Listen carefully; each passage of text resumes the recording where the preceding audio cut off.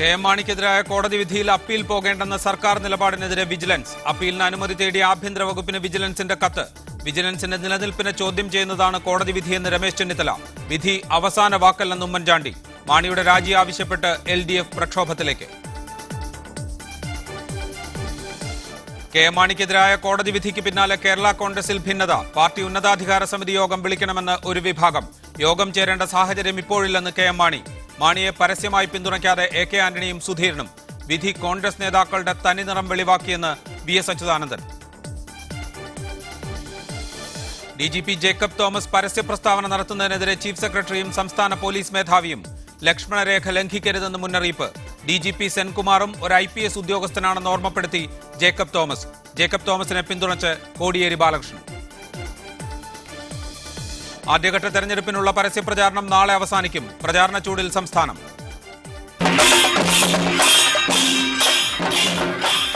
തിങ്കളാഴ്ച വോട്ടെടുപ്പ് നടക്കുന്നത് 7 ജില്ലകളിൽ.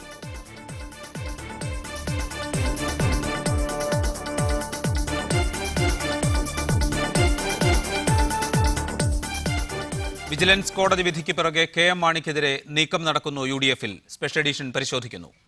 ബാർക്കോഴ കേസിൽ വിജിലൻസ് കോടതിയുടെ ഉത്തരവിനെതിരെ സർക്കാർ അപ്പീൽ നൽകില്ല. റിവിഷൻ ഹർജി മാത്രമേ നിലനിൽക്കൂ എന്ന നിയമോപദേശത്തിന്റെ അടിസ്ഥാനത്തിലാണ് ഇത്. അതേസമയം വിജിലൻസ് കോടതിയുടെ പരാമർശങ്ങൾക്കെതിരെ അപ്പീൽ നൽകണമെന്നാവശ്യപ്പെട്ട് വിജിലൻസ് ആഭ്യന്തര സെക്രട്ടറിക്ക് കത്ത് നൽകി. വസ്തുതകൾ കണക്കിലെടുത്താണ് ഹൈക്കോടതി അപ്പീലുകളിൽ തീരുമാനമെടുക്കാറുള്ളത്. ബാർക്കോഴ കേസിൽ വിജിലൻസ് SP R സുഗേഷിന്റെ വസ്തുതാ റിപ്പോർട്ട് നിലവിലുള്ള സാഹചര്യത്തിൽ അപ്പീൽ നൽകുന്നത് കൂടുതൽ കുഴപ്പങ്ങളുണ്ടാക്കുമെന്നാണ് സർക്കാരിന് കിട്ടിയ നിയമോപദേശം. റിവിഷൻ ഹർജിയാവുമ്പോൾ നിയമപരമായ വിഷയങ്ങളെ ചോദ്യം ചെയ്യുകയുമാവാം. വിജിലൻസിനെതിരായ പരാമർശങ്ങൾ നീക്കണമെന്നായിരിക്കും ഹർജിയിലെ ആവശ്യം. വിജിലൻസ് കോടതിയുടെ ഉത്തരവിനെതിരെ അപ്പീൽ നൽകണോ വേണ്ടയോ എന്ന കാര്യത്തിൽ സർക്കാരിന് നേരത്തെ ആശയക്കുഴപ്പമുണ്ടായിരുന്നു. അഡ്വക്കേറ്റ് ജനറൽ അടക്കമുള്ളവരുമായി ചർച്ച ചെയ്ത ശേഷമാണ് ധാരണയുണ്ടാക്കിയത്. മീഡിയ 1 കൊച്ചി. കോടതി വിധിയുടെ പശ്ചാത്തലത്തിൽ കെ.എം. മാണി തുടരുന്നത് സംബന്ധിച്ച തീരുമാനം തെരഞ്ഞെടുപ്പിന് ശേഷം ഉണ്ടാകുമെന്ന സൂചന നൽകി UDF. കാര്യങ്ങൾ UDF ആലോചിച്ച് തീരുമാനിക്കുമെന്ന് AK ആന്റണിയും ജനകീയ കോടതി തീരുമാനിക്കുമെന്ന് VM സുധീരനും പറഞ്ഞു. കേരള കോൺഗ്രസിലെയും വ്യത്യസ്ത നിലപാടുകളും തെരഞ്ഞെടുപ്പിന് ശേഷം പുറത്തുവരും. തെരഞ്ഞെടുപ്പിന് ശേഷം അഭിപ്രായം പറയാമെന്ന നിലപാടിലാണ് മറ്റു ഘടകകക്ഷികളും. തദ്ദേശ തെരഞ്ഞെടുപ്പിന് ദിവസങ്ങൾ മാത്രം ബാക്കി നിൽക്കെ വന്ന വിധി രാഷ്ട്രീയ തിരിച്ചടിയായെന്ന വിലയിരുത്തലാണ് UDF. ആരോപണം ഉയർന്നതും അന്വേഷണം നടക്കുന്നതുമായ സാഹചര്യമല്ല ഇപ്പോഴുള്ളത്. ഇനിയും കെ.എം. മാണി തുടരുന്നത് നിയമസഭാ തെരഞ്ഞെടുപ്പിനെയും ബാധിക്കുമെന്ന വിലയിരുത്തൽ കോൺഗ്രസിനകത്തും ഘടകകക്ഷികൾക്കിടയിലുമുണ്ട്.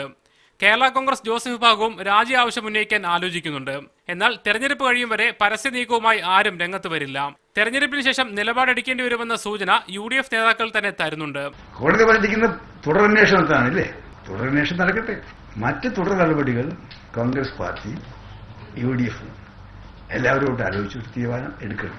ഈ വക വിഷയങ്ങൾ കേരളത്തിലെ ജനങ്ങൾ തന്നെ ചർച്ച ചെയ്യുന്ന ഒരു സാഹചര്യമാണ്. ജനകീയ കോടതിയിലേക്ക് വന്നിരിക്കുകയാണ്. ജനങ്ങൾ ചർച്ച ചെയ്യുകയാണ്.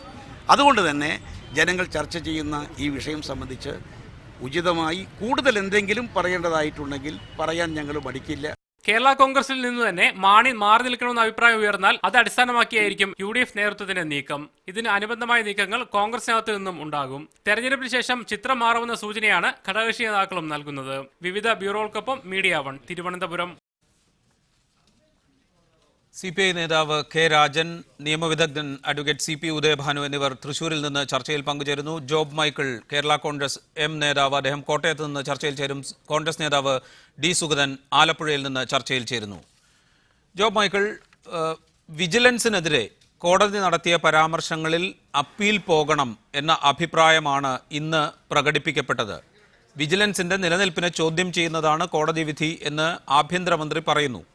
ബാർക്കോഴ കേസിൽ അപ്പീൽ പോകാൻ സർക്കാർ ആലോചിക്കുന്നേയില്ല എന്ന് അദ്ദേഹം തീർത്തു പറയുകയും ചെയ്യുന്നു.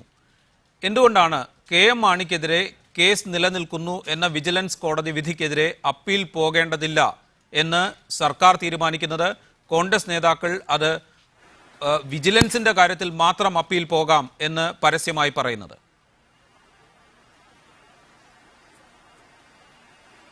ഇവിടെ വന്നിരിക്കുന്ന വിഷയം എന്നതാ, ഇവിടെ വിജിലൻസ് ഡയറക്ടർക്കെതിരെയുള്ള ഒരു കണ്ടെത്തലായിട്ടാണ് കോടതി ഇപ്പം പറഞ്ഞിരിക്കുന്നത്.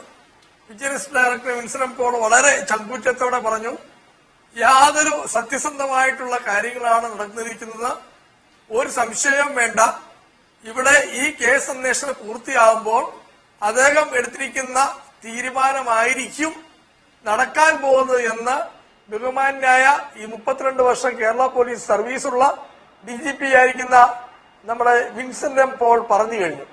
അപ്പൊ അദ്ദേഹം ആ കോടതി വിധിക്കകത്ത് വിജിലൻസിനെ സംബന്ധിച്ച്, വിജിലൻസ് മാനുവലിനെ സംബന്ധിച്ച് എന്തെങ്കിലുമൊക്കെ വ്യത്യസ്തമായ അഭിപ്രായങ്ങൾ കോടതി പ്രകടിപ്പിച്ചിട്ടുണ്ടെങ്കിൽ അത് തിരുത്താൻ വേണ്ടി വിജിലൻസ് പോകും എന്നാണ് ഇവിടെ എനിക്ക് അറിയാൻ സാധിച്ചിട്ടുള്ളത്. ശ്രീ ജോബ് മൈക്കിൾ, എന്തുകൊണ്ടാണ് കേരള കോൺഗ്രസ് എം നേതാവും ധനമന്ത്രിയുമായ KM മാണിക്കെതിരെ പ്രഥമ ദൃഷ്ട്യാ കേസ് നിലനിൽക്കും എന്ന വിജിലൻസ് കോടതിയുടെ ഉത്തരവിനെതിരെ അപ്പീൽ പോകേണ്ടതില്ല എന്ന് തീരുമാനിക്കുന്നത്? അങ്ങനെ തീരുമാനമല്ലല്ലോ. ആ വിധി വായിച്ചു നോക്കിയാൽ നമുക്ക് മനസ്സിലാകുന്നത് എന്താ, ഇത് പുനരന്വേഷണം നടത്തണം. എത്രയോ കേസുകളിൽ പുനരന്വേഷണം നടത്തിയിരിക്കുന്നു. KM മാണി സാറിന്റെ കേസിൽ മാത്രമല്ലല്ലോ, ഇതിനു മുമ്പ് പാമോയിൽ കേസിൽ പുനരന്വേഷണം വന്നിട്ടുണ്ട്. അതിനു മുമ്പ് വേറെ കേസുകളിൽ വന്നിട്ടുണ്ട്. എത്ര കേസുകളിൽ പുനരന്വേഷണം വന്നിട്ടുണ്ട്. ആ പുനരന്വേഷണം വരിക എന്ന് പറഞ്ഞാൽ അതിന്റെ അർത്ഥം ഈ പറഞ്ഞിരിക്കുന്ന കോടതിയിൽ കൊടുത്തിരിക്കുന്ന വസ്തുതാ റിപ്പോർട്ടിന്റെ അടിസ്ഥാനത്തിൽ ഇതൊന്നുകൂടെ പരിശോധിച്ച് അതിന്റെ നിജസ്ഥിതി കണ്ടെത്തുക. ബഹുമാനായ KM മാണി സാർ പറഞ്ഞല്ലോ, 101 പ്രാവശ്യം അന്വേഷിക്കട്ടെ, സത്യം പുറത്തു വരട്ടെ, സത്യം ശ്രീ ജോബ് മൈക്കിൾ, താങ്കൾ ഈ പറയുന്ന വാദമനുസരിച്ചാണെങ്കിൽ അന്വേഷണത്തിന് പോകാൻ ശ്രീ ജോബ് മൈക്കിൾ, താങ്കൾ ഈ പറയുന്ന വാദമനുസരിച്ചാണെങ്കിൽ വിജിലൻസ് ഡയറക്ടറുടെ കാര്യത്തിലും തുടരന്വേഷണം നടക്കുന്നു. തുടരന്വേഷണത്തിൽ ഈ കേസിൽ KM മാണിക്കെതിരെ ഉന്നയിച്ചിരിക്കുന്ന ആരോപണങ്ങൾ അടിസ്ഥാനമില്ലാത്തതാണ് എന്ന് കണ്ടെത്തുന്നുവെങ്കിൽ വിജിലൻസ് ഡയറക്ടർക്കെതിരെ ഇപ്പോൾ കോടതി നടത്തിയ പരാമർശങ്ങളും സ്വാഭാവികമായും ഇല്ലാതാകും. അതുവരെ കാക്കാമല്ലോ. തുടരന്വേഷണ റിപ്പോർട്ടും വിജിലൻസ് കോടതി അത് പരിഗണിക്കുന്നതും വരെ കാക്കാം. അതിനു മുൻപ് വിജിലൻസിന്റെ കാര്യത്തിൽ മാത്രം അപ്പീൽ പോകണം എന്ന് കോൺഗ്രസ് നേതാക്കൾ പറയേണ്ട കാര്യമില്ലല്ലോ. അല്ല, അതിനെ സംബന്ധിച്ച് വിജിലൻസ് ആണ് തീരുമാനം എടുക്കേണ്ടത്. വിജിലൻസിന്റെ ഡയറക്ടറെ വളരെ മോശക്കാരനായി ചിത്രീകരിച്ചിട്ടുണ്ടെങ്കിൽ ആ വിജിലൻസിന്റെ തലപ്പത്തിരിക്കുന്ന ആൾക്ക് അത് ക്ലാരിഫൈ ചെയ്യേണ്ട ആവശ്യം അവർക്കുണ്ട്. അപ്പൊ അത് ക്ലാരിഫൈ ചെയ്യാൻ വേണ്ടി അവർ കോടതിയിൽ പോകുന്നെങ്കിൽ അവർ പോകട്ടെ. അതിനെ സംബന്ധിച്ച് നമുക്ക് തർക്കമില്ല. അഡ്വക്കേറ്റ് ഉദയഭാനു, ഇവിടെ ഇന്ന് സർക്കാർ പറഞ്ഞ കാര്യത്തിൽ താങ്കളുടെ നിരീക്ഷണം എന്താണ്? വിജിലൻസിന്റെ കാര്യത്തിൽ മാത്രം അപ്പീൽ പോകാം. വിജിലൻസ് ഇക്കാര്യത്തിൽ ആഭ്യന്തര സെക്രട്ടറിക്ക് കത്ത് നൽകുന്നു. ആ കത്ത് ആഭ്യന്തരമന്ത്രിക്ക് ആഭ്യന്തര സെക്രട്ടറി കൈമാറിയിട്ടുണ്ട്. ആഭ്യന്തരമന്ത്രി തന്നെ ഇക്കാര്യം പറയുകയും ചെയ്തു. വിജിലൻസിന്റെ നിലനിൽപ്പിനെ ചോദ്യം ചെയ്യുന്നതാണ് കോടതി വിധി എന്ന് ആഭ്യന്തരമന്ത്രി പറയുകയും ചെയ്തു. ഇത് നിയമപരമായി തന്നെ ഒരു അപ്പീലബിൾ ഓർഡർ അല്ല, അപ്പീൽ നിലനിൽക്കുന്നതല്ല. ഇതിലാകെ നിലനിൽക്കാൻ പറ്റുന്നത് റിവിഷൻ ഹർജിയാണ്. അതായത് ഇത് നിയമപരമായിട്ട് എന്തെങ്കിലും പ്രശ്നങ്ങൾ ഉണ്ടോ ഇല്ലയോ എന്ന് പരിശോധിക്കുക. ഇവിടെ വസ്തുതാപരമായി നമ്മുടെ സംസ്ഥാനത്തിന്റെ ഭരണം കൈയാളുന്ന ധനമന്ത്രി അദ്ദേഹത്തിന്റെ ഭരണ സാധ്യതകൾ വിനിയോഗിച്ചുകൊണ്ട് അഴിമതി നടത്തി. ആ അഴിമതി നടത്തിയത് ഏർപ്പെടുത്തിയ അന്വേഷണ സംവിധാനത്തെ ഭരണപരമായിട്ടുള്ള സൗകര്യങ്ങൾ ഉപയോഗിച്ചുകൊണ്ട് അട്ടിമറിക്കുകയും തനിക്ക് അനുകൂലമായി ഈ അന്വേഷണത്തെ മാറ്റിക്കൊണ്ടുവരുന്നതിന് വേണ്ടി വിജിലൻസിന്റെ ഡയറക്ടർക്ക് ഇല്ലാത്ത അധികാരം ഉണ്ട് എന്ന് വരുത്തിക്കൊണ്ട് സ്വാധീനിക്കാൻ ശ്രമിച്ചു. വിജിലൻസ് ഡയറക്ടർ ആകട്ടെ തന്നിൽ നിക്ഷിപ്തമായിട്ടുള്ള ചുമതലയും ഉത്തരവാദിത്വവും വിനിയോഗിക്കാതെ തന്നിലില്ലാത്ത അധികാരം പ്രയോഗിച്ചുകൊണ്ട് ഒരു അന്വേഷണ സംവിധാനത്തിലൂടെ SP കണ്ടെത്തിയ അന്വേഷണ ഉദ്യോഗസ്ഥൻ എന്ന നിലയിൽ SP കണ്ടെത്തിയ കണ്ടെത്തലുകൾ ഒന്നും തന്നെ ശരിയല്ല എന്ന നിലയ്ക്ക് ഒരു തീരുമാനമെടുക്കുകയും ചെയ്തു. അതുകൊണ്ട് തന്നെ അന്വേഷണ ഉദ്യോഗസ്ഥർ കോടതിയിൽ കൊടുത്ത അന്വേഷണത്തിന്റെ അവസാനമായിട്ടുള്ള ഒരു ക്രീച്ചർ എന്ന നിലയിൽ കൊടുത്ത റിപ്പോർട്ട്, ആ റിപ്പോർട്ടിനെ ഞെക്കിക്കൊല്ലുകയും അതിന്റെ മേൽ മറ്റൊരു റിപ്പോർട്ട് അടിച്ചേൽപ്പിക്കുകയും ചെയ്തു. ഇത് ഗുരുതരമായിട്ടുള്ള നിയമപ്രശ്നം തന്നെയാണ്. അങ്ങനെ ചെയ്തിരിക്കുന്നത് ശരിയല്ല. അതുകൊണ്ട് തന്നെ ഈ അന്വേഷണ റിപ്പോർട്ട് മടക്കി കൊടുക്കുന്നു. അതോടൊപ്പം തന്നെ ഇതിന് അന്വേഷണം നടത്താത്ത ചില ഏരിയകളുണ്ടാവും, വെർജിൻ ഏരിയാസ്. ആ ഏരിയകൾ ഏതൊക്കെയെന്ന് കണ്ടെത്തി അവിടെ അന്വേഷണം നടത്തണം. അതിൽ പ്രധാനമായിട്ടുള്ളത് വളരെ പ്രധാനപ്പെട്ട ചില സാക്ഷികളെ ചോദ്യം ശ്രീ KM മാണിയുടെ ഭാര്യ അടക്കമുള്ള ആളുകൾ. അതുപോലെ തന്നെ അന്ന് വീട്ടിൽ കൊണ്ട് പണം കൊടുത്തപ്പോൾ ആദ്യത്തെ ക്വിക്ക് വെരിഫിക്കേഷൻ റിപ്പോർട്ടിൽ അപ്രകാരം കണ്ടു എന്നും മനസ്സിലാക്കിയെന്നും ഞങ്ങൾക്ക് അറിവുണ്ട് എന്നും പറഞ്ഞ ആളുകൾ വിശദമായ അന്വേഷണം വന്നപ്പോൾ മാറ്റിപ്പറഞ്ഞവർ. ആ മാറ്റിപ്പറയാനിടയായിട്ടുള്ള സാഹചര്യങ്ങൾ എന്തെല്ലാമാണ്? അവര് ഈ രണ്ട് അന്വേഷണ സംവിധാനത്തിനുമിടയിൽ ഏതെല്ലാം തരത്തിലുള്ള ആനുകൂല്യങ്ങൾ സർക്കാരിൽ നിന്ന് കൈപ്പറ്റി, കാരുണ്യ ലോട്ടറിയുടെ ജില്ലാ ഏജൻസി അടക്കമുള്ള പല കാര്യങ്ങളിലും അവർക്ക് സാമ്പത്തിക നേട്ടങ്ങൾ ഉണ്ടാകുന്ന രീതിയിലുള്ള ആനുകൂല്യങ്ങൾ കൈപ്പറ്റിയിട്ടുണ്ട്. ഇതാണ് അന്വേഷണ സംവിധാനത്തിന്റെ സർക്കാർ സംവിധാനം ഉപയോഗിച്ചുകൊണ്ട് അട്ടിമറിക്കപ്പെട്ടു എന്ന് പറയുന്നത്. ഇതൊക്കെ കേൾക്കുമ്പോഴേക്കും വിറളിവുണ്ട്. ഇതെല്ലാം ഏതാണ്ട് പ്രതിപക്ഷക്കാർ പറയുന്ന പോലെയാണ് എന്നും ജഡ്ജി ആകട്ടെ അദ്ദേഹത്തിന്റെ പിൻകാല ചരിത്രത്തിൽ എന്നോ പണ്ട് ഇടതുപക്ഷത്തിന്റെ ഒരു ആളായിരുന്നു എന്നെല്ലാം മട്ടിൽ ജഡ്ജിയെ വ്യക്തിപരമായിട്ട് കടന്നാക്രമിച്ചുകൊണ്ട് യാതൊരു തരത്തിൽ ഉളുപ്പുമില്ലാതെ തനി രാഷ്ട്രീയ രംഗത്തുള്ള ആളുകൾ പ്രചരിപ്പിക്കുന്നത് പോലെ അങ്ങനെ എല്ലാം പ്രചരിപ്പിച്ചുകൊണ്ട് ഇതിനെ ലഘൂകരിച്ച് കാണുക. ലഘൂകരിച്ച് കണ്ടിട്ട് എന്താ പറയുന്നത്? വേണമെങ്കിൽ വിജിലൻസ് ഡയറക്ടർ പോയിക്കോട്ടെ, ഞങ്ങൾ പോകുന്നില്ല.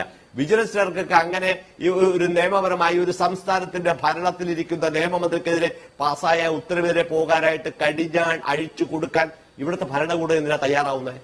ഇതൊന്ന് അപ്പീൽ കൊടുക്കാനായിട്ട് ഈ സർക്കാർ സംവിധാനത്തിൽ നിയമപരമായി നിലനിൽക്കില്ലാത്ത ഒരു കണ്ടെത്തലാണ്.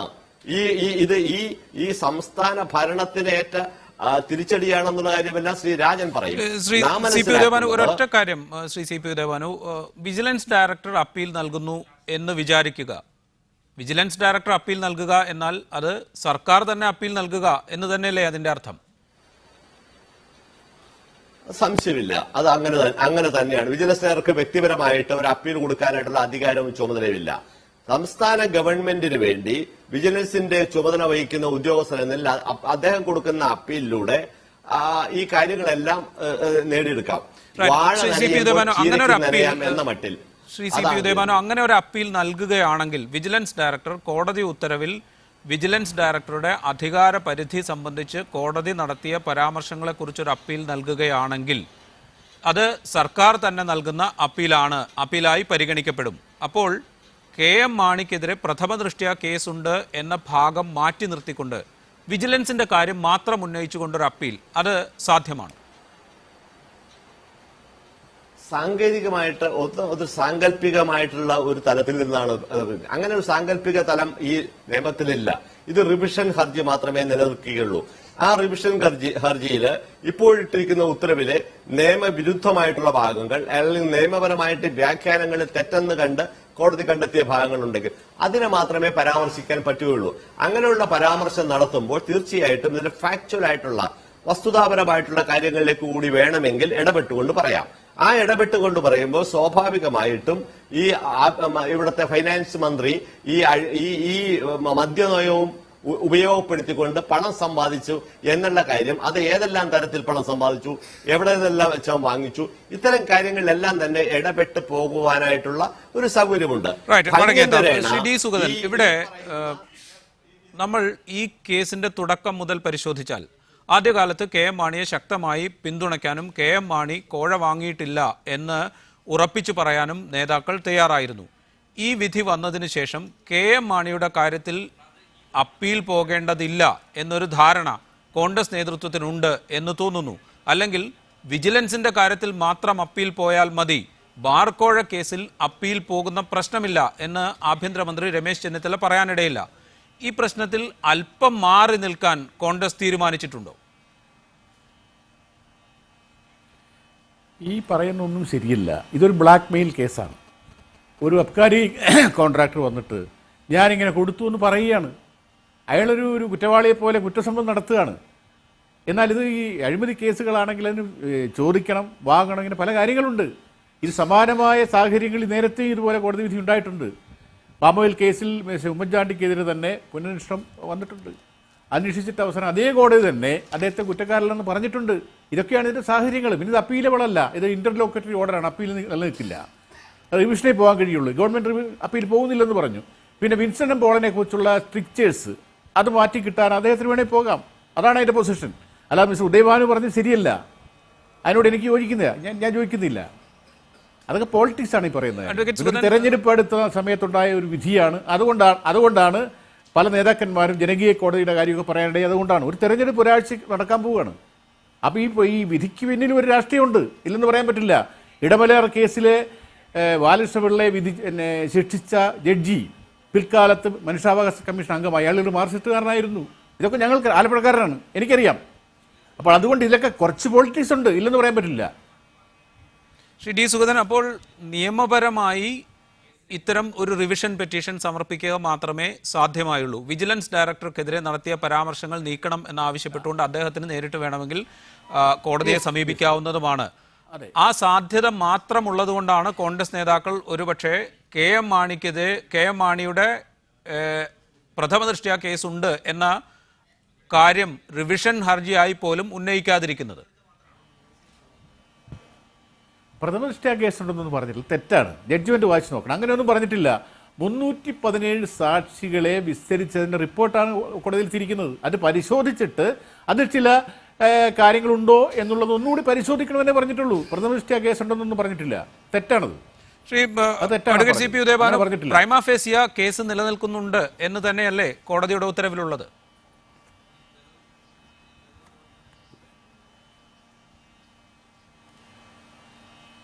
CP ഉദയഭാനു, അതിലൊരു ക്ലാരിഫിക്കേഷന് വേണ്ടി. കേസ്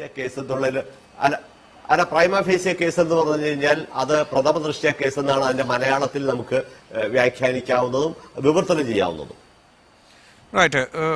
കെ രാജൻ, ഇവിടെ കോൺഗ്രസ് നേതാക്കളുടെ പ്രസ്താവന ഇന്ന് വന്നു. ജനകീയ കോടതിയിൽ തീരുമാനിക്കട്ടെ എന്ന് VM സുധീരൻ പറയുന്നു. ജനം ഇത് ചർച്ച ചെയ്യട്ടെ എന്ന് VM സുധീരൻ പറയുന്നു. AK ആന്റണി ആകട്ടെ ധാർമ്മികത എന്നത് വ്യക്തി അധിഷ്ഠിതമാണ് എന്ന് പറഞ്ഞു വെക്കുന്നു. ആഭ്യന്തരമന്ത്രി രമേശ് ചെന്നിത്തല അർത്ഥശങ്കയില്ലാത്ത വിധം പറയുന്നു, ബാർ കോഴ കേസിൽ അപ്പീൽ പോകാൻ സർക്കാർ ഉദ്ദേശിക്കുന്നേ ഇല്ല, റിവിഷൻ പെറ്റീഷൻ വിജിലൻസിന് സമർപ്പിക്കാം എന്ന് പറയുന്നു. D സുഗതൻ വിശദീകരിക്കുന്നത് പോലെ, ജോബ് മൈക്കിൾ പറയുന്നത് പോലെ ഇതൊക്കെ വളരെ പ്രത്യക്ഷമായ അല്ലെങ്കിൽ അവർ വിശദീകരിക്കുന്നത് പോലെ സാങ്കേതികമായ കാര്യങ്ങൾ മാത്രം കൊണ്ട് എടുക്കുന്ന തീരുമാനങ്ങളാണോ, അതോ അതിന് പിന്നിൽ UDF-നകത്ത് നിലനിൽക്കുന്ന ആഭ്യന്തര പ്രശ്നങ്ങളുടെയോ അപ്രീതികളുടെയോ ലാഞ്ചന ഈ പ്രസ്താവനകളിലുണ്ടോ? അല്ല, ജോബ് മൈക്കിൾ നടത്തുന്ന ദുർബലമായ വാദം നമുക്ക് മനസ്സിലാകും. അല്ലാതെ കേരള കോൺഗ്രസിന്റെ ആഫീസിലേക്ക് തിരിച്ചു പോകാൻ സാധ്യമല്ല. പക്ഷേ ബഹുമാനപ്പെട്ട സുഗതൻ ചേട്ടൻ AK ആന്റണിയെ പോലെ ഇന്ത്യയിലെ കോൺഗ്രസിന്റെ തലമുതിർന്ന നേതാവ് പറഞ്ഞ അഭിപ്രായ പ്രകടനം കേട്ടില്ല എന്നാണ് ഞാൻ വിചാരിക്കുന്നത്. ശ്രീമാൻ AK ആന്റണി പറഞ്ഞത് എന്താ? ധാർമ്മികമായി ഉത്തരവാദിത്വം വ്യക്തിപരമാണ്.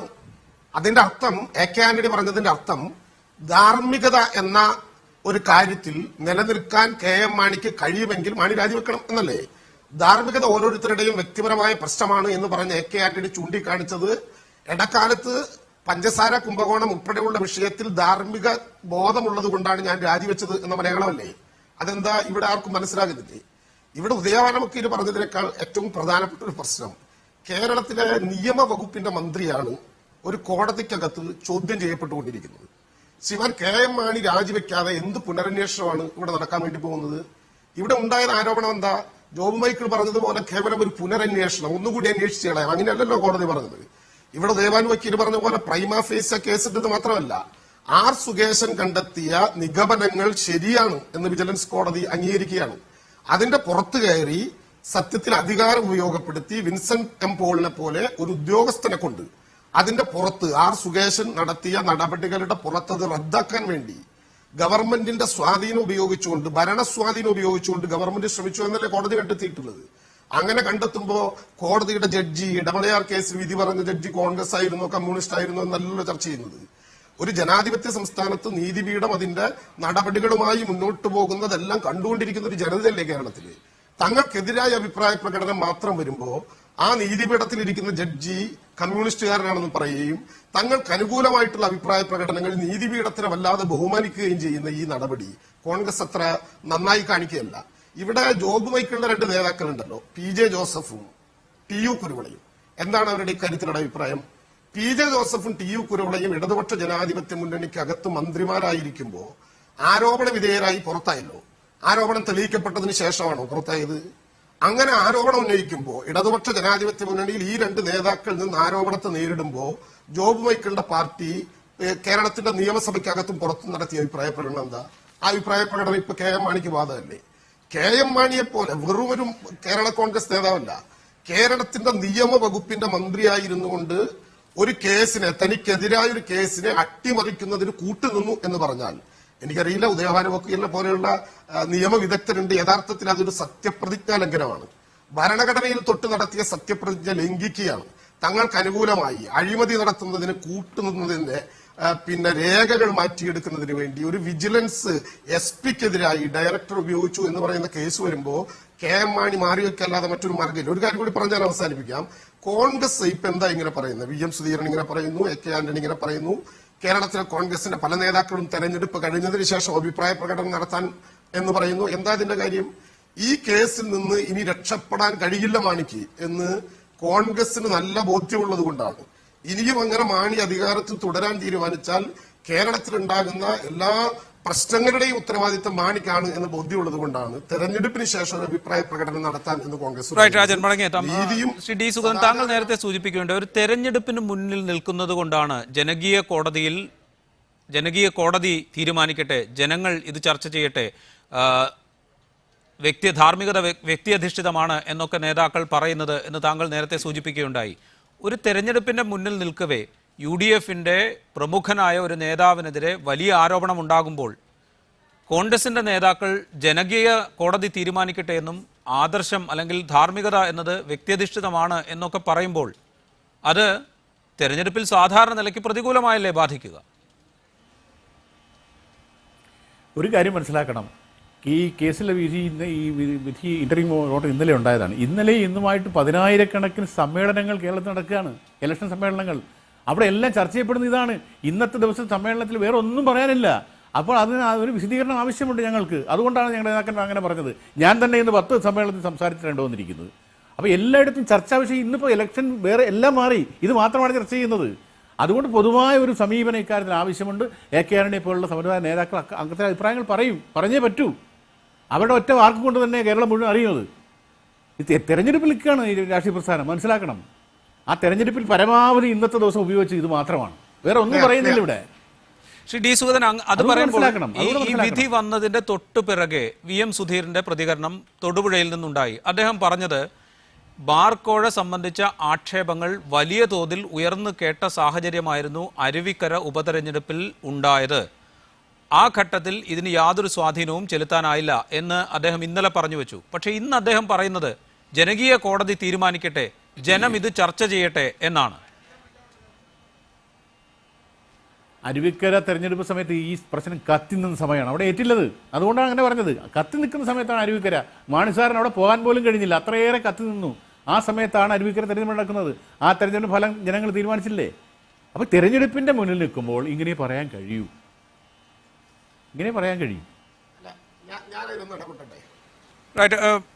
ശ്രീ ജോബ് മൈക്കിൾ, കോൺഗ്രസ് നേതാക്കളുടെ ഈ പ്രസ്താവന താങ്കൾ നേരത്തെ വിജിലൻസിന് വേണ്ടി അപ്പീൽ നൽകാൻ തീരുമാനിച്ചതിനെ ന്യായീകരിക്കുക, അല്ലെങ്കിൽ വിജിലൻസ് റിവിഷൻ പെറ്റീഷൻ നൽകാൻ തീരുമാനിച്ചതിനെ അങ്ങനെ ആലോചിക്കുന്നതിനെ ന്യായീകരിക്കുകയുണ്ടായി. ഇന്ന് AK ആന്റണി നടത്തിയ പ്രസ്താവന, VM സുധീരൻ നടത്തിയ പ്രസ്താവന, അത് ഈ പറഞ്ഞ വിധത്തിൽ ഒരു തെരഞ്ഞെടുപ്പ് മുഖത്ത് നിൽക്കവേ നടത്തുന്ന ന്യായീകരണങ്ങൾ മാത്രമായി കേരള കോൺഗ്രസ് കാണുന്നുണ്ടോ?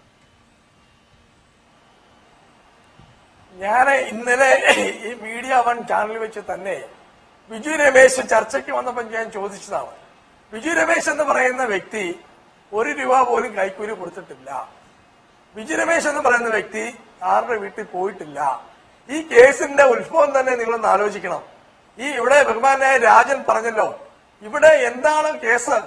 ഈ ബിജു രമേശ് എന്ന് പറയുന്ന വ്യക്തി പറയുന്നു, ഞാൻ ആരോപണം പറയാം, അദ്ദേഹം ഇതിനകത്ത് യാതൊരു രീതിയിലും ഡയറക്റ്റ് ആയിട്ട് ഇടപെട്ടിട്ടില്ല. അങ്ങനെയുള്ള ഒരാളുടെ കേസാണ് ഇവിടെ ഇപ്പം ഈ രീതിയിൽ പുനരന്വേഷണം എന്ന് പറഞ്ഞു ശ്രീ ജോബ് മൈക്കിൾ, അതേ കേസിന്റെ കാര്യത്തിലാണ് KPCCയുടെ പ്രസിഡന്റ് ശ്രീ ജോബ് മൈക്കിൾ അതേ കേസിന്റെ കാര്യത്തിലാണ് KPCCയുടെ പ്രസിഡന്റ് പറയുന്നത് ജനകീയ കോടതി തീരുമാനിക്കട്ടെ, ജനങ്ങൾ ഇത് ചർച്ച ചെയ്യട്ടെ എന്ന്. അതെ, ജനങ്ങൾ നമ്മൾ കണ്ടല്ലോ, അരുവിക്കര ഇലക്ഷനില് എല്ലാ സ്റ്റേറ്റുകളിലും ഇവിടെ ഇടതുപക്ഷ നേതാക്കന്മാരും PC ജോർജ് ഉൾപ്പെടെയുള്ള ആളുകളും പ്രസംഗിച്ചതെല്ലാം ഈ ബാർക്കോഴ കേസായിരുന്നു. എത്രയേറെ നിങ്ങൾ ചാനലുകൾ എത്രയോ ദിവസങ്ങൾ എത്രയോ മാസങ്ങൾ ഈ കാര്യങ്ങൾ പറഞ്ഞുകൊണ്ടിരിക്കുന്നു. ഇവിടെ ജനകീയ കോടതിയിലാ, ജനകീയ കോടതിയിലേക്ക് തെരഞ്ഞെടുപ്പിനെ പോകുമ്പോൾ ഇന്നലെ തന്നെ ഞാൻ പറഞ്ഞോട്ടെ, ഇന്നലെ തന്നെ ഇവിടെ ഈ വിധി പ്രഖ്യാപിച്ചു. ഇന്നലെ ആ രാവിലെ 11 മണി മുതൽ ഇന്ന് ഈ നിമിഷം വരെ കേരളത്തിലെ എല്ലാ ചാനലുകളും ഇത് ആഘോഷിക്കുകയാണ്. എന്താ ആഘോഷിക്കുന്നത്? ഒരു പുനരന്വേഷണം എന്നുള്ള ഒരു ജഡ്ജ്മെന്റിന്റെ പുറത്ത് ആഘോഷം നടത്തുന്നു എന്നുള്ളതല്ലാതെ. ശ്രീ ജോബ് മൈക്കിൾ, അരുവിക്കരയുടെ കാര്യത്തിൽ താങ്കൾ പറഞ്ഞതിനോട് യോജിക്കുന്നു. ശ്രീ ജോബ് മൈക്കിൾ, അരുവിക്കരയുടെ കാര്യത്തിൽ, അരുവിക്കര ഉപതെരഞ്ഞെടുപ്പിന്റെ കാര്യത്തിൽ, രാജൻ ഞാൻ വരാം താങ്കളിലേക്ക്. അരുവിക്കര തെരഞ്ഞെടുപ്പിന്റെ ഉപതെരഞ്ഞെടുപ്പിൽ ഇതൊരു വലിയ വിഷയമായിരുന്നു. അതിൽ UDF വലിയ വിജയം നേടി എന്ന താങ്കളുടെ വാദഗതി അംഗീകരിക്കുന്നു. അപ്പോൾ പോലും അവിടെ നിന്ന് ഇന്നലത്തെ കോടതി വിധിയിലേക്ക് എത്തുമ്പോൾ കാര്യങ്ങൾ ഒരുപാട് മാറിയിട്ടുണ്ട്. അന്ന് അതൊരു ആരോപണമായിരുന്നു. ക്വിക്ക് വെരിഫിക്കേഷൻ കഴിഞ്ഞുള്ള FIR ഘട്ടത്തിൽ നിൽക്കുകയായിരുന്നു. ആ FIR ഘട്ടത്തിൽ നിന്ന് KM മാണി കുറ്റം ചെയ്തിട്ടില്ല, അതുകൊണ്ട് അല്ലെങ്കിൽ ഇത് വിചാരണയ്ക്ക് യോഗ്യമായൊരു കേസല്ല എന്നൊരു റിപ്പോർട്ട് വിജിലൻസ് കൊടുക്കുന്നു. ആ റിപ്പോർട്ട് തള്ളിക്കൊണ്ട് പുനരന്വേഷണം വേണം, പുനരന്വേഷണം നടത്താൻ പാകത്തിലുള്ള വസ്തുതകൾ വിജിലൻസിന്റെ അന്വേഷണ ഉദ്യോഗസ്ഥൻ സമർപ്പിച്ച രേഖയിലുണ്ട് എന്ന് കോടതി പറയുന്നു. സ്വാഭാവികമായും ചാനലുകളിൽ ചർച്ചയാവും. അരുവിക്കരയിൽ ചർച്ച ചെയ്തതിനേക്കാൾ കൂടുതൽ ഗൗരവതരമായ കാര്യങ്ങൾ ഒരുപക്ഷെ ഈ ഘട്ടത്തിൽ ഈ കേസിലുണ്ട്. ഞാൻ ബഹുമാനപ്പെട്ട രാജൻ ഇവിടെ സൂചിപ്പിച്ചു, ഇടതുപക്ഷ നേതാക്കന്മാർ, CPM-ന്റെ നേതാക്കന്മാരൊക്കെയാണ് ഇവിടെ കോടതി എന്തെങ്കിലും ഒരു വിധി അവർക്കെതിരെ പ്രഖ്യാപിച്ചാൽ അവരെ പുലഭ്യം പറഞ്ഞുകൊണ്ട് ജയിലിൽ പോയി കിടക്കുന്നതൊക്കെ ഇടതുപക്ഷ നേതാക്കന്മാരാ. ഇന്നലെ KM മാണി സാർ പറഞ്ഞ എന്താ, ഈ കേസിനെ സംബന്ധിച്ച് പുനരന്വേഷണം എന്നല്ല പറഞ്ഞത്, 101 തവണ ഇത് ആവർത്തിച്ച് അന്വേഷിക്കട്ടെ, ഇത് സത്യാവസ്ഥ പുറത്തു വരട്ടെ. വിജി രമേശ് എന്ന് പറയുന്ന ഒരു അബ്കാരി മുതലാളി കേരളത്തിലെ അദ്ദേഹത്തിന്റെ 11 ബാർ ഹോട്ടലുകൾ പൂട്ടിപ്പോയപ്പോൾ അദ്ദേഹത്തിനുണ്ടായ ആ മാനസികമായിട്ടും സാമ്പത്തികമായിട്ടുള്ള നഷ്ടത്തിന്റെ അടിസ്ഥാനത്തിൽ ഏത് രീതിയിലും ഈ ബാർ തുറപ്പിക്കണം എന്നുള്ളതിന്റെ അടിസ്ഥാനത്തിൽ ഉണ്ടാക്കിയ ഒരു കള്ളക്കഥ, ഒരു തിരക്കഥയാണ് ഇപ്പം ഈ കേരളം ഇവിടെ ചർച്ച ചെയ്തുകൊണ്ടിരിക്കുന്നത്. ഈ കേസിന്റെ നാൾ വഴി പരിശോധിച്ചാൽ ആരോപണത്തിന്റെ ഘട്ടത്തിൽ നിന്നോ ക്വിക്ക് വെരിഫിക്കേഷന്റെ ഘട്ടത്തിൽ നിന്നോ ഇന്നലത്തെ കോടതിയുടെ ഉത്തരവിന്റെ ഘട്ടത്തിലേക്ക് വരുമ്പോൾ എന്ത് മാറ്റമാണ് ഈ കേസിൽ സംഭവിച്ചിരിക്കുന്നത്? രാജീവ്, നാളത്തേക്ക് ഏകദേശം 1 വർഷം തികയാണ് ഈ കേസിന്റെ ആദ്യ നാൾ വഴി ആരംഭിക്കുന്നത്. 2014 ഒക്ടോബർ മാസം 31-ാം തീയതി ശ്രീ ബിജു രമേശ് ഒരു ചാനൽ ചർച്ചയിൽ പങ്കെടുക്കവേ ആദ്യമായിട്ട് വെളിപ്പെടുത്തുന്നു, ഇപ്രകാരം അഴിമതി നടന്നിട്ടുണ്ട്, കേരളത്തിലെ ഒരു മന്ത്രി കൈക്കൂലി ചോദിച്ചിട്ടുണ്ട്, വാങ്ങിയിട്ടുണ്ട്, വാങ്ങിയതിന് തെളിവുകളുമുണ്ട്, അത് വാങ്ങിച്ചത് സംഘടനയുടെ പ്രതിനിധികളുമാണ്. പിറ്റേ ദിവസം നമ്മുടെ സംസ്ഥാനത്തെ പ്രതിപക്ഷ നേതാവ് ശ്രീ VS അച്യുതാനന്ദൻ ഒരു പരാതി രൂപത്തിൽ ഇതേ സംബന്ധിച്ച് ആഭ്യന്തരമന്ത്രിക്ക് കത്ത് കൈമാറുന്നു. കത്ത് കൈവശം കിട്ടിയ ആഭ്യന്തരമന്ത്രി വിജിലൻസ് ഡയറക്ടർക്ക് അത് കൊടുക്കുന്നു. അതിന്റെ പേരിൽ അന്വേഷണം നടത്തേണ്ടതുണ്ട് എന്ന് പറയുന്നു. വിജിലൻസ് ഡയറക്ടർ അതുമായി വെച്ചുകൊണ്ടിരിക്കുന്ന ഘട്ടത്തിൽ തന്നെ CPI MLA ആയിട്ടുള്ള ശ്രീ സുനിൽകുമാർ അദ്ദേഹം ഹൈക്കോടതിയെ സമീപിക്കുന്നു.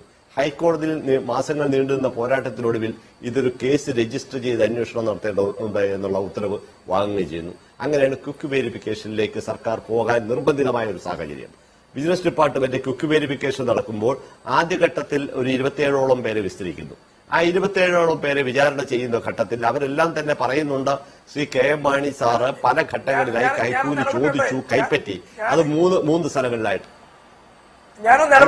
പൂർത്തിയാക്കട്ടെ ശ്രീ മൈക്കൽ. ശ്രീ ജോബി, ഞാനത് പൂർത്തിയാക്കാം.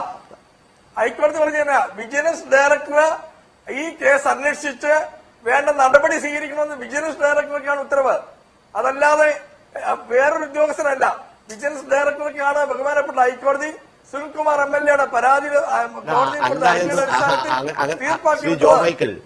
ശ്രീ ജോ മൈക്കിൾ അങ്ങനെ അല്ല എന്നൊരു തർക്കമൊന്നും ആരും പറഞ്ഞിട്ടില്ല. വിജിലൻസ് ഡയറക്ടറോട് അന്വേഷിക്കാൻ പറഞ്ഞു എന്നുള്ളതിന്റെ അർത്ഥം വിജിലൻസ് ഡയറക്ടർ നേരിട്ട് അന്വേഷിക്കുക എന്നുള്ളതല്ല. അങ്ങനെയാണെങ്കിൽ അദ്ദേഹം ആയിരിക്കുന്ന ഒരു അന്വേഷണം, ഒരു ക്രിമിനൽ നടപടി നിയമപ്രകാരം ഒരു കേസിൽ ഒരു അന്വേഷണ ഉദ്യോഗസ്ഥൻ ഉണ്ടാവും. ആ അന്വേഷണ ഉദ്യോഗസ്ഥനാണ് കേസിന്റെ നിയമപരമായിട്ടുള്ള മുഴുവൻ കാര്യങ്ങളും അന്വേഷിക്കേണ്ടത്. MC മേത്ത കേസിൽ വളരെ വ്യക്തമായിട്ട് ഈ കോടതി പറയുകയുണ്ടായി, എന്താണ് ഈ ക്രിമിനൽ നടപടിക്രമത്തിലെ അന്വേഷണ ഉദ്യോഗസ്ഥനും മേലിലുള്ള ഉദ്യോഗസ്ഥന്മാർക്ക് എപ്രകാരമാണ് അവരുടെ അധികാരം കൈമാറുന്നത്. വിജിലൻസ് ഉദ്യോഗസ്ഥന്മാർക്ക് CBI-യിലെ, നമ്മുടെ പോലീസിലെ, അതുപോലെ തന്നെ എക്സൈസിൽ ഇവർക്കൊക്കെ ചില മാനുവലുണ്ട്. മാനുവൽ എന്ന് പറഞ്ഞ നിയമങ്ങളല്ല, മാനുവലുകൾ എന്ന് പറഞ്ഞു കഴിഞ്ഞാൽ അതാത് ഏജൻസികൾ ചട്ടപ്രകാരം നടത്തുന്ന അന്വേഷണങ്ങളെ നിയന്ത്രിക്കുന്ന അവരുടെ തന്നെയുള്ള ഒരു ആഭ്യന്തരമായിട്ടുള്ള സംവിധാനം മാത്രമാണ്. ആ സംവിധാനം എന്ന് പറഞ്ഞാൽ അതിന്റെ അർത്ഥം അതിന്റെ മേലുദ്യോഗസ്ഥന് അന്വേഷണ ഉദ്യോഗസ്ഥന്റെ ഷൂസിനുള്ളിൽ, അതായത് stepping into the shoes എന്ന് നിയമത്തിൽ പറയുന്നുണ്ട്. അദ്ദേഹത്തിന് ചെയ്യുന്ന അതേ നടപടികൾ ചെയ്യാനുള്ള അധികാരമുണ്ട്.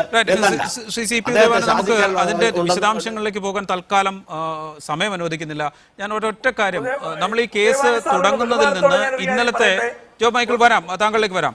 ഇന്നലത്തെ കോടതിയുടെ ഉത്തരവിലേക്ക് എത്തുമ്പോൾ എന്ത് മാറ്റം സംഭവിക്കുന്നു ഈ കേസിൽ? ഈ കേസിൽ ശ്രീ രാജീവ് അതിനേക്കാണ് ഞാൻ വന്നുകൊണ്ടിരുന്നത്. ശ്രീ ജോ മൈക്കലിന്റെ ഇടപെടലോടുമാണ് അത് വിശദമാക്കേണ്ടി വന്നത്. ഇതിന്റെ ആദ്യഘട്ടത്തിൽ ഒക്ടോബർ മാസം 31-ാം തീയതി ശ്രീ ബിജു രമേശ് വെളിപ്പെടുത്തിയത് ഒരു ബീജവാപം ചെയ്ത ഒരു സത്യത്തെ അന്വേഷണത്തിന്റെ രൂപത്തിൽ അനാവരണം ചെയ്തപ്പോൾ സംസ്ഥാനത്തിന്റെ ധനകാര്യ വകുപ്പ് കൈകാര്യം ചെയ്യുന്ന, നിയമവകുപ്പ് കൈകാര്യം ചെയ്യുന്ന ധനമന്ത്രി വർഷങ്ങളായി നടത്തിക്കൊണ്ടിരിക്കുന്ന പലതരം അഴിമതികളിൽ അതിലെ ഈ അബ്കാരി കോൺട്രാക്ടർമാരിൽ നിന്നും സംസ്ഥാന ഗവൺമെന്റ് പുറപ്പെടുവിച്ച മദ്യനയം അട്ടിമറിക്കുന്നതിന് വേണ്ടി പണം കൈപ്പറ്റി എന്നുള്ള വ്യക്തമായ തെളിവുകൾ അന്വേഷണ സംവിധാനത്തിലൂടെ തെളിയിക്കപ്പെടുകയും ആ അന്വേഷണ സംവിധാനം ശരിയെന്ന് ബോധ്യപ്പെടുകയും ചെയ്തു. അതിഥികളിലേക്ക് മടങ്ങിയെത്താം. രാജനിലേക്കും ഡി സുഗതനിലേക്കും ഒക്കെ വരേണ്ടതുണ്ട്. ചെറിയ ഇടവേളയ്ക്ക് ശേഷം പെട്ടെന്ന് തിരിച്ചു വരാം.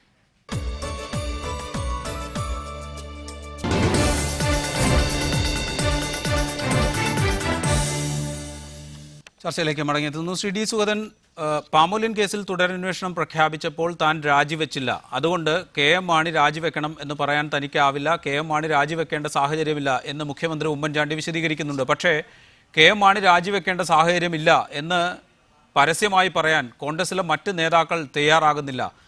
ധാർമ്മികത എന്നത് വ്യക്തിയധിഷ്ഠിതമാണ് എന്ന് AK ആന്റണി പറയുമ്പോൾ ധാർമ്മികതയുണ്ടെങ്കിൽ KM മാണി രാജിവെക്കണം എന്ന് പരസ്യമായി പറയുകയല്ലേ ആന്റണി ചെയ്യുന്നത്?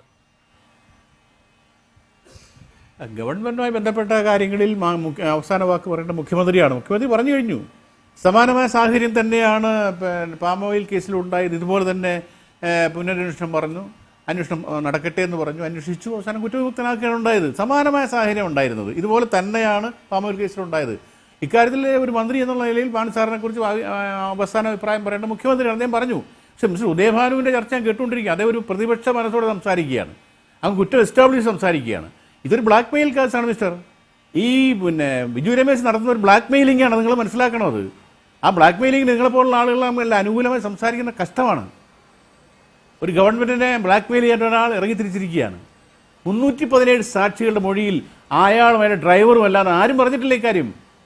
അയാൾക്ക് അനുകൂലമായിട്ടേ ഡ്രൈവർ പറയൂ, വേറെ ആരും പറഞ്ഞിട്ടില്ല. അതാണ് ഇതിലെ പ്രശ്നം. ഇപ്പോൾ CRPC അനുസരിച്ച് 173 അനുസരിച്ചും വിജിലൻസ് മാനുവൽ അനുസരിച്ചും വിൻസെന്റ് പോളിന് വേണം ഇടപെടാം. അദ്ദേഹം ഇടപെട്ടിട്ടില്ല. അദ്ദേഹം ഇതൊന്ന് പരിശോധിക്കണമെന്നേ പറഞ്ഞിട്ടുള്ളൂ. ഇടപെട്ടുകൊണ്ടുള്ള ഉത്തരവൊന്നും കൊടുത്തിട്ടില്ല. അതൊക്കെ തെറ്റാണ്. ഈ കോടതി വിധിയിലും തെറ്റുകളുണ്ട്. ആ കോടതി വിധിയിൽ വളരെ തെറ്റുകളുണ്ട്. ശ്രീ ഡി സുഗതൻ, പക്ഷേ കോടതി വളരെ കൃത്യമായി പറഞ്ഞിട്ടുണ്ട്, വിജിലൻസ് ഡയറക്ടർ തൻ്റെ നിഗമനങ്ങൾക്കനുസരിച്ച് റിപ്പോർട്ട് സമർപ്പിക്കാൻ അന്വേഷണ ഉദ്യോഗസ്ഥനുമേൽ സമ്മർദ്ദം ചെലുത്തി.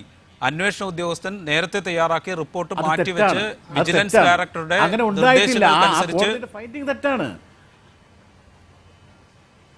അതിന് വിൻസെന്റ് പോളിന് അധികാരമുണ്ടെങ്കിൽ പോലും അദ്ദേഹം ചെയ്തിട്ടില്ല.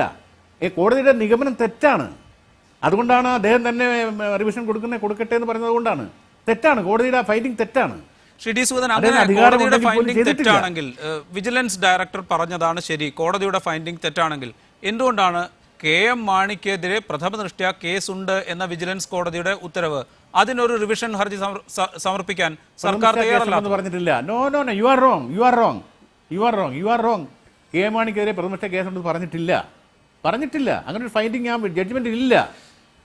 ജഡ്ജ്മെന്റിനെ കുറിച്ച് തർക്കിക്കാൻ ഞാൻ ആളല്ല.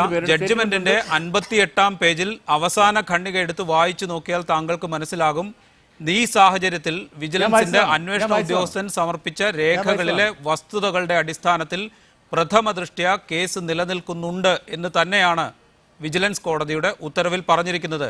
വിജിലൻസ് ഡയറക്ടറുടെ കാര്യത്തിലുണ്ടായ പരാമർശങ്ങൾ റിവിഷൻ പെറ്റീഷൻ ഈ സാഹചര്യം എന്നുള്ള ഒറ്റ വാക്കുകൊണ്ട് തന്നെ ആ നിഗമനം തെറ്റാണ്. കോടതിയുടെ ആ നിഗമനം തെറ്റാണെന്നാണോ, അതോ കോടതി റിപ്പോർട്ടിൽ അങ്ങനെ പറഞ്ഞിട്ടേ ഇല്ല എന്നാണോ? ആ പറഞ്ഞിരിക്കുന്നത് തെറ്റാണ്.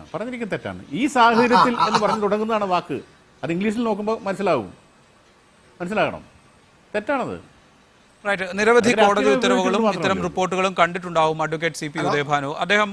അദ്ദേഹത്തോട് ഒരിക്കൽ കൂടി ഒരു ക്ലാരിഫിക്കേഷന് വേണ്ടി, കോടതി അങ്ങനെ ഇതൊരു പ്രഥമ ദൃഷ്ട്യാ അല്ലെങ്കിൽ പ്രൈമാ ഫേസിയ കേസ് നിലനിൽക്കുന്നുണ്ട് എന്ന് പറഞ്ഞിട്ടില്ലേ? തീർച്ചയായിട്ടും 58-ാം പേജിൽ അപ്രകാരം പറഞ്ഞിട്ടുണ്ട്. ശ്രീ സൂദം വക്കീൽ ഒരുപക്ഷെ അദ്ദേഹത്തിന്റെ രാഷ്ട്രീയമായിട്ടുള്ള ഒരു ഇത് എത്തപ്പെട്ടിരിക്കുന്ന ഒരു അവസ്ഥയുണ്ട്. ആ അവസ്ഥാവിശേഷത്തിൽ അദ്ദേഹത്തിന് അങ്ങനെ പറയാൻ കഴിയുള്ളൂ. അല്ലെങ്കിൽ അദ്ദേഹം ഈ നേരത്തെ പറഞ്ഞ പോലെ ഒരു അബ്കാരി കോൺട്രാക്ടർ ബ്ലാക്ക് മെയിൽ ചെയ്ത് കഴിഞ്ഞാൽ തകർന്നു പോകുന്നതാണ് UDF നേതൃത്വം എന്ന് അംഗീകരിക്കേണ്ട കാര്യമുണ്ടോ? ഇത്ര ഒരു വർഷക്കാലം 12 മാസം 364 ദിവസം കഴിഞ്ഞു.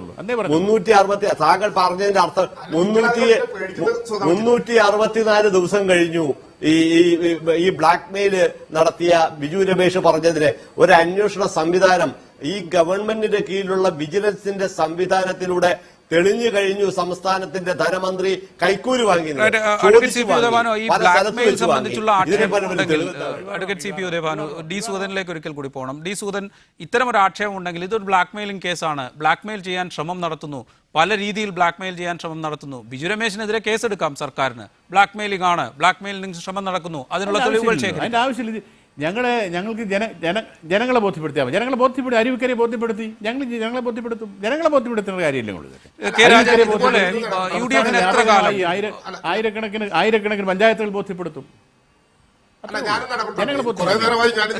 രാജനിലേക്ക് തന്നെയാണ് വരുന്നത്. രാജൻ, അവിടെ UDFന്റെ ഏറ്റവും വലിയ ആത്മവിശ്വാസം ഈ ആരോപണങ്ങൾ വലിയ തോതിൽ ഉയർന്നു നിന്ന ഒരു കാലഘട്ടത്തിൽ നടന്ന ഉപതെരഞ്ഞെടുപ്പിൽ വലിയ വിജയം നേടാൻ അവർക്ക് സാധിച്ചു. അതുതന്നെയാണ് അവർ ജനകീയ കോടതിയെക്കുറിച്ച് പറയുന്നത്. ജനം ഇക്കാര്യം ചർച്ച ചെയ്യട്ടെ എന്ന് പറയുന്നത് ഒക്കെ അതിന്റെ ബലത്തിലാണ് അവർ വാദിച്ചു നിൽക്കുന്നതും. അല്ല രാജീവ്, 2-3 കാര്യം ഞാൻ പറഞ്ഞോട്ടെ. ഞാൻ ഇടക്കാലത്ത് ഇവിടെ കേട്ടിരുന്നു, അതുകൊണ്ടാണ്. ഈ സുഗത വക്കീലും അതുപോലെ എന്റെ സുഹൃത്ത് ജോബ് മൈക്കിളും ഒക്കെ ഏത് ലോകത്താണ് ജീവിക്കുന്നത്?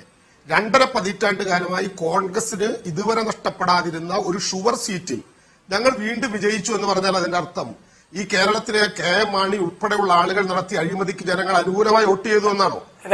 ബിജു രമേശ് പറഞ്ഞത് ബ്ലാക്ക് മെയിലിംഗ് ആണ് എന്നാണോ? സ്ഥിരമായി, അല്ല ഞാൻ പറഞ്ഞോട്ടെ ഇത്ര നേരം ഞാൻ കേട്ടിരുന്നല്ലോ, സ്ഥിരമായി ഐക്യ ജനാധിപത്യ മുന്നണി ജയിക്കുന്ന ചില സീറ്റുകളുണ്ട് കേരളത്തിൽ, ഇടതുപക്ഷ ജനാധിപത്യ മുന്നണി ജയിക്കുന്ന ചില സീറ്റുകളുണ്ട്. അങ്ങനെ ഒരു ഷുവർ സീറ്റിനകത്ത് ഒരു സ്ഥാനാർത്ഥി വിജയിച്ചു എന്ന് പറഞ്ഞാൽ അതിന്റെ അർത്ഥം ഞങ്ങൾ ഇനിയും കക്കുന്നാണോ, ഞങ്ങൾ ഇനിയും അഴിമതി നടത്തുന്നതാണോ? ഇവിടെ ജോബ് മൈക്കിൾ പറഞ്ഞല്ലോ, KM മാണി പറഞ്ഞു വലിയ കാര്യമായി പോയി, 101 തവണ ആവർത്തിച്ച് അന്വേഷണം നടത്തട്ടെ. മാണിയുടെ ധൈര്യം എന്താ?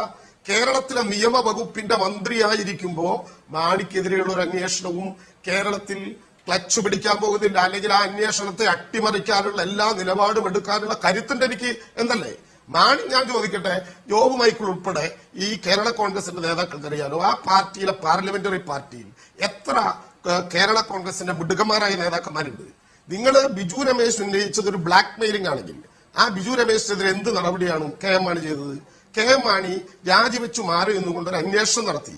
കേരള കോൺഗ്രസിന്റെ ഏറ്റവും മിടുക്കനും വിശ്വസ്തനുമായ ഒരാളെ ധനകാര്യ വകുപ്പ് ഏൽപ്പിച്ച് ആരോപണങ്ങളിൽ അന്വേഷണം നടന്ന് കുറ്റക്കാരനല്ല എന്ന് പറഞ്ഞ് തിരിച്ചു വരണ്ടേ? അതല്ലേ ധാർമ്മികത? സുഗതൻ വക്കീലിന്റെ നേതാവ് AK ആന്റണിക്ക് അത് പറയാം.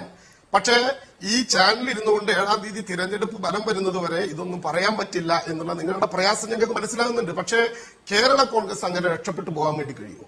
കേരളത്തിലെ ഒരു മന്ത്രിക്കെതിരെ, നിയമവകുപ്പിന്റെ മന്ത്രിക്കെതിരെ ഉന്നയിക്കപ്പെട്ട ആരോപണങ്ങൾ, ഞാൻ സുഗതൻ ചേട്ടൻ പറ്റില്ല തെറ്റാന്ന് ആവർത്തിച്ച് പറഞ്ഞാൽ കോടതി തെറ്റായിട്ട് വ്യാഖ്യാനിക്കാൻ വേണ്ടി കഴിയുമോ? 58-ാം പേജിൽ കോടതി വളരെ കൃത്യമായി നിരീക്ഷിക്കുന്നുണ്ട്, പ്രഥമദൃഷ്ട്യാ കേസുണ്ട് എന്ന്. ഇതിനെക്കുറിച്ച് മാണി കുറ്റക്കാരനാണ് എന്ന തരത്തിൽ അന്വേഷണത്തിന്റെ നിഗമനത്തിൽ എത്തിച്ചേർന്ന സുകേശന്റെ നിഗമനങ്ങൾ ശരിയാണ് എന്ന് അംഗീകരിക്കുന്ന ഒരു കോടതിയുടെ വിധി മുമ്പിൽ വെച്ചുകൊണ്ട് ഞങ്ങൾ അരുവിക്കരയിൽ ജയിച്ചു, അതുകൊണ്ട് ഞങ്ങൾക്ക് ആരെയും പേടിയില്ല, ഞങ്ങൾ മുന്നോട്ട് പോകും എന്നൊക്കെ പറയുന്നത് ജനങ്ങളോടുള്ള വെല്ലുവിളിയല്ലേ? എന്തിനാ KK രാമേന്ദ്രൻ മാഷയും KP വിശ്വനാഥനെ നിങ്ങളെ രാജിവെപ്പിച്ച്? ശ്രീരാജൻ, ഒരു കാര്യം അവിടെ KM മാണി അധികാരത്തിൽ ഇരിക്കെ തന്നെയാണ് സുകേശൻ ഈ കേസ് അന്വേഷിക്കുന്നത്. സുകേശൻ അന്വേഷിച്ച് സമർപ്പിച്ച റിപ്പോർട്ടാണ് വിജിലൻസ് കോടതി വസ്തുതകളുടെ അടിസ്ഥാനത്തിൽ കേസ് നിലനിൽക്കുന്നുണ്ട് എന്ന ഒബ്സർവേഷനോടുകൂടി അംഗീകരിച്ചിരിക്കുന്നത്. ആ അംഗീകരിച്ച കോടതി സുകേശൻ തന്നെ തുടരന്വേഷണം നടത്തണം എന്ന് ഉത്തരവിടുകയും ചെയ്തിരിക്കുന്നു.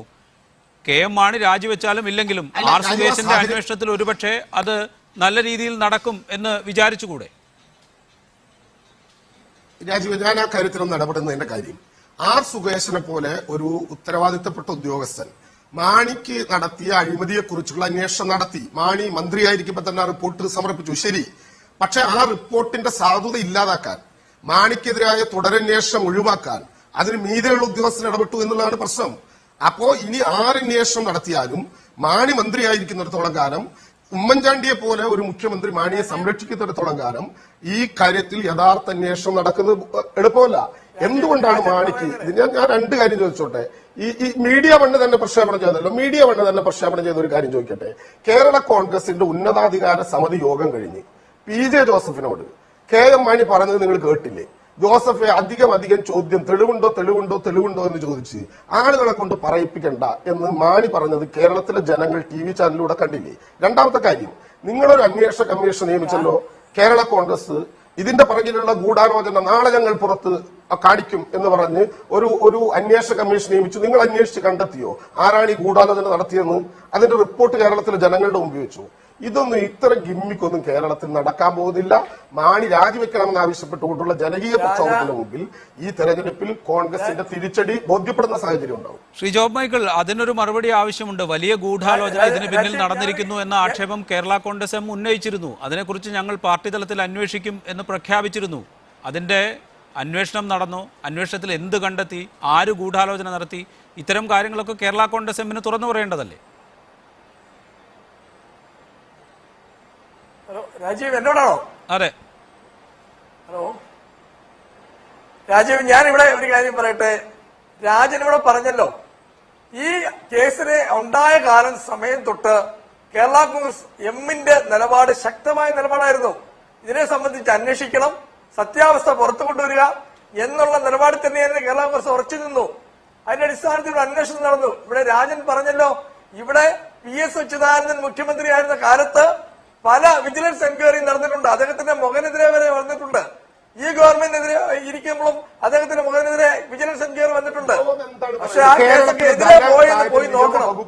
ഇവിടെ ഒരു കാരണവശാലും കേരള കോൺഗ്രസ് പാർട്ടി ഈ കേസിനകത്ത് ഇടപെടാത്തത് കൊണ്ട് തന്നെയാണ് ഈ കേസിന്റെ അന്വേഷണം ഈ രീതിയിൽ വന്നത്. ആദ്യം എന്താ പറഞ്ഞത്? വിൻസനം പോളിനെ മാറ്റാൻ പോകുന്നു, സത്യസന്ധനായ കേരളത്തിലെ ഒരു IPS ഓഫീസറെ മാറ്റാൻ പോകുന്നു എന്ന് പറഞ്ഞുകൊണ്ട് അന്ന് ഇടത് പക്ഷം ഇവിടെ വലിയ പ്രചരണം നടത്തി. വിൻസനം പോളിനെ മാറ്റിയില്ല. അദ്ദേഹത്തിന്റെ നേതൃത്വത്തിൽ തന്നെ അന്വേഷണം നടത്തി.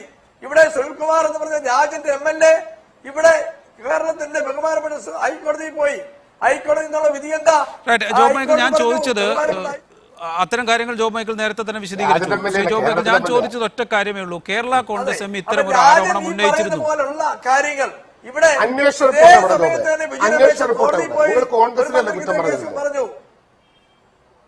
ശ്രീ ജോബ് മൈക്കിൾ, കേരള കോൺഗ്രസ് എം തന്നെ ഉന്നയിച്ച ആക്ഷേപമാണത്. ഈ കാര്യത്തിൽ ഒരു ഗൂഢാലോചന നടന്നിട്ടുണ്ട് എന്ന്. അത് ഞങ്ങൾ പാർട്ടി തലത്തിൽ അന്വേഷിക്കുമെന്നും പറഞ്ഞിരുന്നു.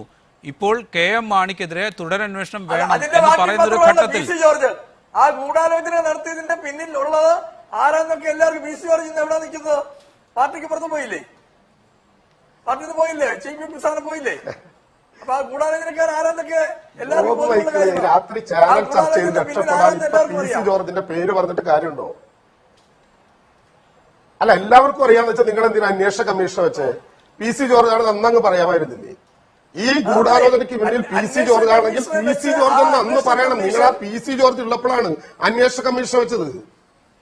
വെറുതെ രക്ഷപ്പെടാൻ എന്തെങ്കിലും പറയല്ലോ. അതാ പറഞ്ഞ PC ജോർജ് രാജൻ, ഞങ്ങൾ അന്വേഷണ കമ്മീഷൻ വെച്ചെങ്കിൽ PC ജോർജ് ആണെങ്കിൽ PC ജോർജിനെ വർക്കിംഗ് കമ്മിറ്റി വർക്കിംഗ് പ്രസിഡന്റായി ഇരുത്തിക്കൊണ്ടാണ് നിങ്ങൾ അന്വേഷണ കമ്മീഷൻ വെച്ചത്. ഇപ്പൊ PC ജോർജ് പുറത്തു പോകുമ്പോ വേറെ വർത്തമാനം പറയുന്നത്. അങ്ങനെയാണെങ്കിൽ നിങ്ങൾ അന്ന് പറയണ്ടേ PC ജോർജ് ആണ്? ജോബ് മൈക്കിൾ ഞാൻ ചോദിക്കട്ടെ. ജോബ് മൈക്കിൾ കേരളത്തിലെ കോൺഗ്രസ് മാണി വിഭാഗത്തിന്റെ പ്രധാനപ്പെട്ട നേതാവാണ്. ജോബ് മൈക്കിളിന് ഉത്തരവാദിത്വത്തോടു കൂടി പറയാൻ പറ്റുമോ മാണി കോൺഗ്രസ് അന്വേഷിച്ച് കണ്ടെത്തിയ നിഗമനം PC ജോർജാണ് ഈ ഗൂഢാലോചനയുടെ പിന്നിൽ എന്ന് ഇപ്പൊ നിങ്ങൾക്ക് പ്രഖ്യാപിക്കാൻ പറ്റുമോ? ഞാൻ കേൾക്കാം. അങ്ങനല്ല പറഞ്ഞത്. ഇവിടെ ഓരോ TV ചാനലുകളിലും വന്ന ചർച്ചയിലും അതിന്റെ വെളിപ്പെടുത്തലിലും ഒക്കെ ആ ഗൂഢാലോചന പിന്നിൽ ആരൊക്കെയാണ് ഉണ്ടായിരുന്നത് എന്ന് ഇവിടെ പാർട്ടി അന്വേഷിക്കുന്നുണ്ട്. ആ പാർട്ടി അന്വേഷിച്ച് അതിന്റെ സമയത്ത് ആ റിപ്പോർട്ട് ഇവിടെ ആ തർക്കത്തിലേക്ക് വരാം. അതിപ്പോ അന്വേഷണം നടക്കില്ലേ? പുനരന്വേഷണം നടക്കില്ലേ? ശ്രീ D സുഗതൻ, ഇതുപോലൊരു ഗൂഢാലോചനയെ കുറിച്ച് കേരള കോൺഗ്രസ് എം നേരത്തെ പറഞ്ഞിരുന്നു.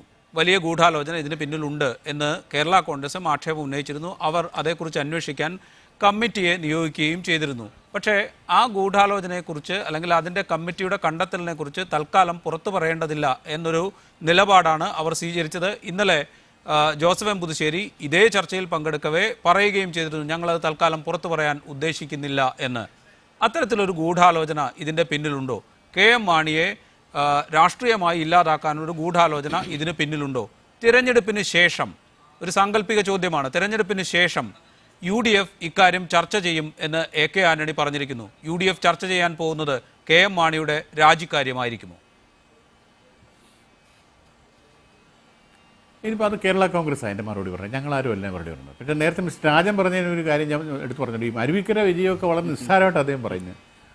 ഇത് ജനങ്ങൾ ഈ പറഞ്ഞ് വിശ്വസിച്ചിരുന്ന അരുവിക്കര തോറ്റുപോകായിരുന്നു. ജനങ്ങൾ വിശ്വസിക്കാഞ്ഞുകൊണ്ടാണ് ആ റിസൾട്ട് പിന്നെ ഉണ്ടായത്. പിന്നെ നിയമവകുപ്പല്ല അന്വേഷണം നടത്താൻ പോകുന്നത്. അതുകൊണ്ട് രാജിവെക്കേണ്ട കാര്യമൊന്നുമില്ല. അരുവിക്കരയിൽ നിങ്ങൾ പറഞ്ഞ ആരോപണം ശരിയായിട്ട് ജനങ്ങൾ അംഗീകരിച്ചിരുന്നെങ്കിൽ തോറ്റുപോകുമായിരുന്നു. ജനങ്ങൾ അംഗീകരിച്ചില്ല, അതുകൊണ്ടാണ് ജയിച്ചത്. ഇതുപോലെയൊന്നും അല്ല ഈ പ്രശ്നം കത്തി നിൽക്കുന്നത്, ഈ ആരോപണം കത്തി നിൽക്കുന്ന അറിയാൻ വേണ്ടി ഒരു കാര്യം ചോദിക്കട്ടെ. പാമോയിൽ കേസിൽ തുടരന്വേഷണം നടക്കുമ്പോ ഉമ്മൻചാണ്ടി രാജിവെച്ചില്ല എന്നുള്ള ന്യായം നിങ്ങൾ പറഞ്ഞല്ലോ. ഉമ്മൻചാണ്ടി വിജിലൻസ് വകുപ്പ് ഒഴിഞ്ഞില്ലേ? അതെന്താ പറയാത്തത്? അല്ല ഇപ്പൊ അന്വേഷിക്കേണ്ട നിയമവകുപ്പല്ല.